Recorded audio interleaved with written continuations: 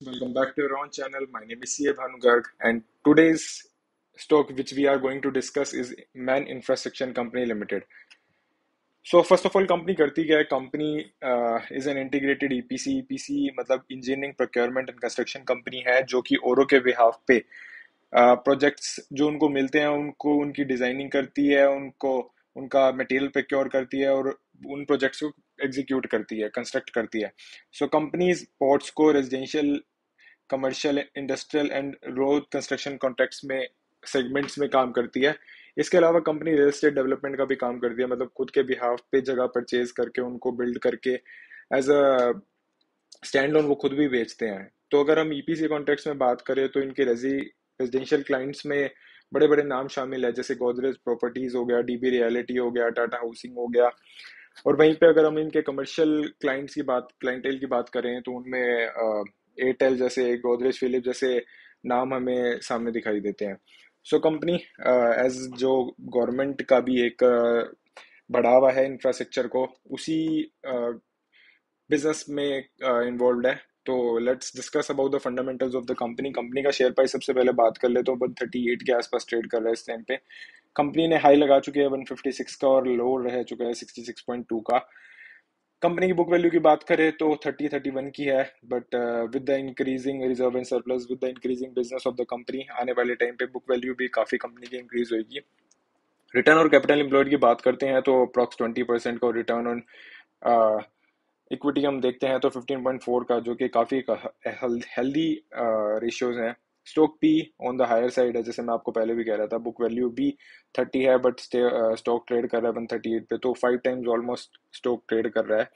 But with the growth potential in the company, और जो आने वाले टाइम में इस सेगमेंट में हमें जैसे जैसे ग्रोथ दिखाई दे रही है, तो आने वाले टाइम में बुक वैल्यू और अर्निंग पर शेयर भी कंपनी की काफ़ी बढ़ सकती है.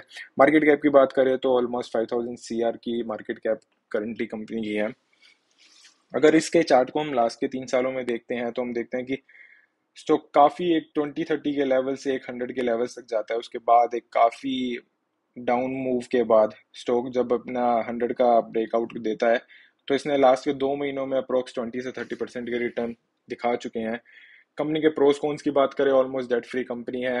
कंपनी का profit C A G R almost 20.8% last के 5 ईयर्स का है. हेल्दी डिविडेंड कंपनी पे कर रही है. ऑन द कॉन्स की साइड, अगर हम कॉन्स की साइड पे बात करते हैं तो भाई कंपनी 5 टाइम्स अपनी बुक वैल्यू से ट्रेड कर रहा है. रिटर्न ऑन इक्विटी लास्ट के 3 ईयर्स में कम है, क्योंकि ड्यूरिंग द कोविड टाइम ये काफ़ी कम हो गया था. और अर्निंग में बात करते हैं तो 80 CR की है, जो एक अदर इनकम में इंक्लूड की हुई है इन्होंने. और ये इंटरेस्ट ऑन एफडी और interest from the related party जो उनको लोन्स दिए हुए हैं, उसी से इंटरेस्ट इनकम एक्री हो रही है. अगर हम प्रॉफिट एंड लॉस की बात करते हैं कंपनी के लास्ट के 2012 से अगर बात करते हैं 2021 तक, कंपनी एक मतलब ग्रो नहीं कर रही थी. रिवेन्यू देखें तो ईयर ऑन ईयर हमें नेगेटिव में ही दिखा रही है sales growth. But from the last 2 years अगर हम देखते हैं तो 120 CR से 237, 98% की ग्रोथ कंपनी ने दिखाई है. और लास्ट ईयर में ही 237% की ग्रोथ से कंपनी की सेल्स बुक बढ़ी है. If you talk about the order book, आज भी कंपनी के पास ऑलमोस्ट 1500 CR to 2000 CR की ऑर्डर बुक है, तो जो कि ऑलमोस्ट 2.5 to 3 टाइम्स है लास्ट ईयर के टर्नओवर के. काफ़ी जो कि काफ़ी हेल्दी साइंस है कंपनी के लिए. ऑपरेटिंग मार्जिन्स की बात करें, कंपनी अच्छे मार्जिन में लास्ट के 2-3 सालों में कर रही है. जैसे जैसे लास्ट ईयर में तो हमने देखने को मिला है कि रॉ मटेरियल की प्राइसेस में काफ़ी फ्लक्चुएशन थी, जिसकी वजह से ऑपरेटिंग मार्जिन्स थोड़े कंपनी का इफेक्ट हुए. But still on the whole 17% are the good operating margins. अगर वहीं हम प्रॉफिट बिफोर टैक्स की बात करते हैं, कंपनी ने एक healthy profit before tax last के 2 सालों में हमें शो किया है, जो दिखाई दे रहा है कि लास्ट के 2 सालों में कंपनी एक अच्छे ग्रोथ और एक अच्छे मोमेंटम में है. ईपीएस की बात करें तो फ्रॉम द 1 to 1.5 लेवल्स कब कंपनी ने 2.85 के ईपीएस हमें 2022 मार्च में दिखाए हैं, और 4.47 के ईपीएस हमें 2023 में देखने को मिले हैं.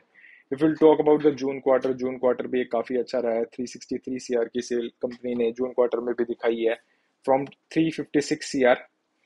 And if you'll compare it with the YOY figure 98 CR से 363 CR, that's almost 300% की ग्रोथ हमें यहाँ भी सेल्स में दिखाई दे रही है.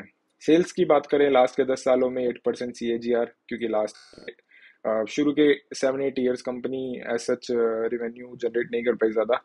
लास्ट के 5 ईयर्स में 33%, that is quite healthy cells growth. और लास्ट के 3 ईयर्स में 95%। प्रॉफिट की बात करें, प्रॉफिट एक अच्छे CAGR के साथ अप मूव दिखा रहा है। लास्ट के 10 ईयर्स में 14%, 21% and 34% in the last 3 years.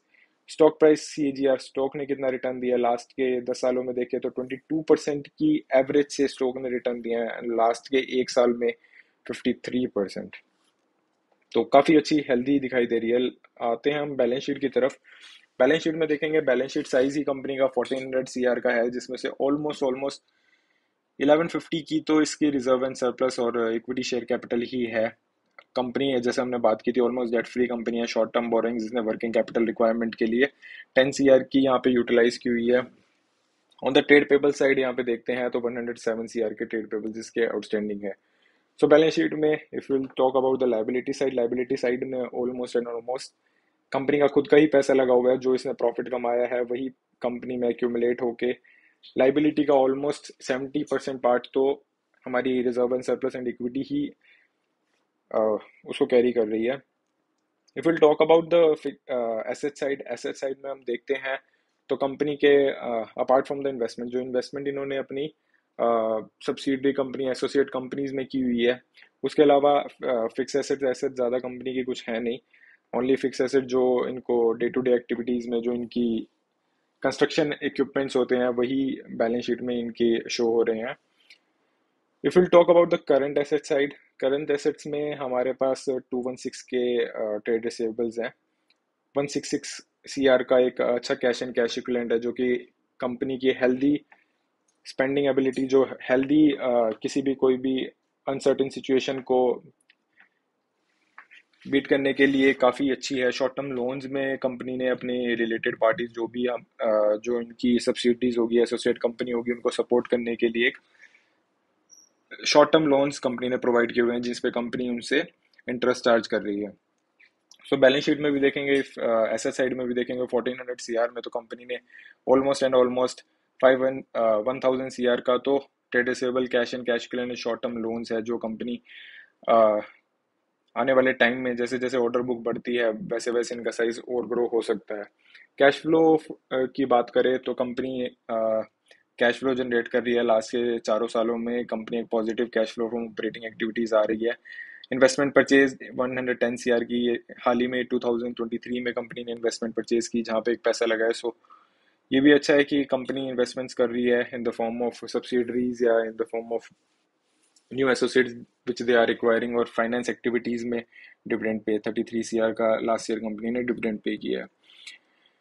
If will talk about the share holding pattern भी हम देखते हैं तो लास्ट के 2017 में प्रमोटर्स का शेयर 62% था, जो कि 2023 जून में 67.12% का हो गया है।